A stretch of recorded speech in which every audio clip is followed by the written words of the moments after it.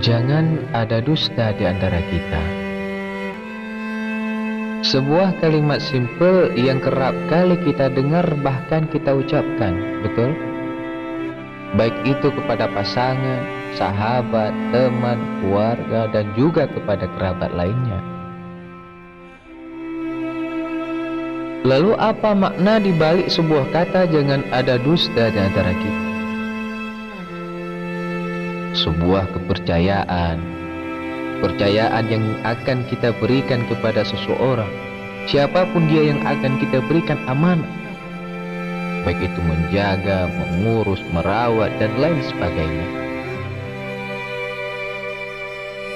Namun pernahkah terlintas dalam benak, pikiran, dan hati kita bahwa Allah Subhanahu wa ta'ala pun memberikan peringatan bagi kita dengan kata lembutnya, jangan ada dusta di antara kita. Sering kita jumpai dalam Al-Quran ayat-ayat yang membahas tentang masalah dusta. Bahkan dalam surat Ar-Rahman Allah Subhanahu wa ta'ala menyebutnya sebanyak 31 kali. Fabi'ayyi ala'i rabbikuma tukadziban. Maka nikmat Allah manakah yang engkau dustakan?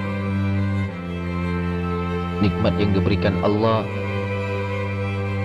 segala macam nikmat yang kita miliki itu merupakan amanah, sebuah kepercayaan dari Allah Subhanahu wa ta'ala.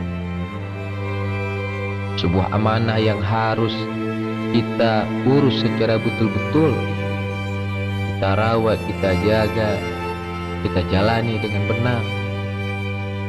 Maka dengan itu marilah kita ciptakan sebuah metode baru agar amanah yang diberikan Allah kita pergunakan ke jalan yang benar dan jalan yang sudah ditentukan oleh Allah Subhanahu wa ta'ala.